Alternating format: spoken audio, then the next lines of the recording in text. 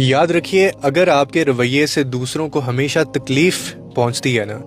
تو آپ بظاہر جتنے مرضی نمازی ہوں، جتنی مرضی آپ عبادت گزار بھی ہوں،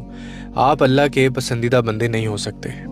آپ نہیں بن سکتے، کیونکہ اللہ تعالیٰ نے نا اپنے محبوب بندوں کی نشانی صرف عبادت نہیں بتائی تھی،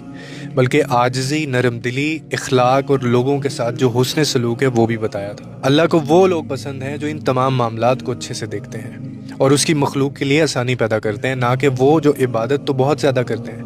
مگر ان کے الفاظ اور رویے جو دوسروں کے دل زخمی کر دیتے ہیں۔ اور میں نے دیکھا ہے کہ آج کل ہمارے معاشرے میں ایک عجیب سی غلط فہمی بہت بڑھ چکی ہے کہ لوگ یہ سمجھتے ہیں کہ اگر وہ نمازیں پڑھ رہے ہیں، وہ عبادتیں کر رہے ہیں، وہ حج کر رہے ہیں، وہ عمرے کر رہے ہیں، یا وہ صدقہ خیرات کرتے جا رہے ہیں، تو بس یہی کافی ہے۔ لیکن دوسری طرف ان کے گھر والے ان سے تنگ ہوتے ہیں، ان کے اپنے ان سے تنگ ہوتے ہیں، ان کے رویے سے لوگوں کے دل دکھی ہوتے ہیں، اور ان کی زبان سخت ہوتی ہے، اور ان کے قریب بیٹھنے والا سکون کی بجائے گھٹن محسوس کر رہا ہوتا ہے۔ ایسے میں انسان صرف اپنی عبادتوں کو دلیل بنا کر خود کو نیک ثابت نہیں کر سکتا۔ یو کین ناٹ جسٹیفائی، آپ جسٹیفائی نہیں کر سکتے، آپ صرف خود کو بیوقوف بنا رہے ہوتے ہیں۔ کیونکہ سر، اسلام صرف سجدوں کا نام نہیں ہے بلکہ کردار کا نام ہے۔ اگر عبادت انسان کے اخلاق کو نہ بہتر بنا سکے نا،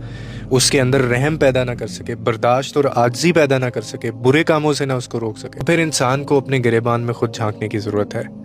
اللہ کا بندہ ہونا آسان نہیں ہوتا، صرف عبادتوں سے نہیں بلکہ دلوں کو سکون دینے سے ثابت ہوتا ہے۔ اور آخر میں اتنا ہی بس کہ بعض اوقات نا ایک نرم لہجہ، ایک اچھا رویہ یا کسی کا دل نہ توڑنا 1000 نفلوں سے زیادہ قیمتی ہو جاتا ہے۔